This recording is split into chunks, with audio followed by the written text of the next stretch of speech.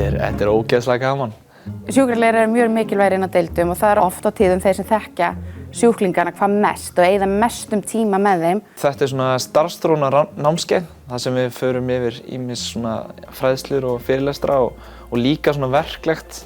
Við erum að reyna að sjá kunnáttu þeirra í óráðsvörnum, byltuvörnum, þrýstingsárvörnum og næringu og verkjamati.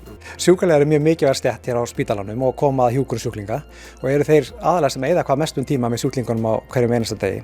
Það er mjög mikilvægt að þeir fái þróun í sínu starfi og auki hæfni sína og nú á Landspítalanum höfum við búið til ný hæfniviðmið fyrir þá og erum í kjölfarið búin að búa til þetta nýja starfsþróunarár til að tryggja það að þeir nái þeirri hæfni sem að þeir eiga að hafa og þurfa að hafa á spítalanum. Við erum að læra svolítið bara alls konar sem geti hjálpað okkur í starfi. Það er svona alls konar hermar sem við fáum að sitja okkur svolítið í spor skjólstæðingana. Þá eru þau sett inn í aðstæðurnar að fá svolítið að þreifa sig áfram og svo geta þau diskuterað eftir það hvernig gekk og þú veist hvað gekk vel og hvað mætti betur fara og svolítið bara svona í svona jafninga umhverfi. Við erum náttúrulega með frábæra kennara hérna. Þetta er bara svona eins og endur uppgötva þekkingu.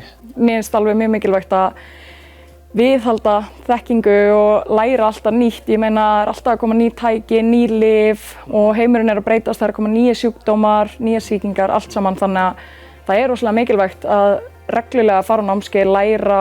Það er mikil fræðsla fyrir sjúkraliða á Landspítalanum en það er alltaf gaman að bætast í og þetta er mjög skemmtilegt að það sé komið svona miðlægt hæfniviðmið fyrir sjúkraliða á Landspítalanum.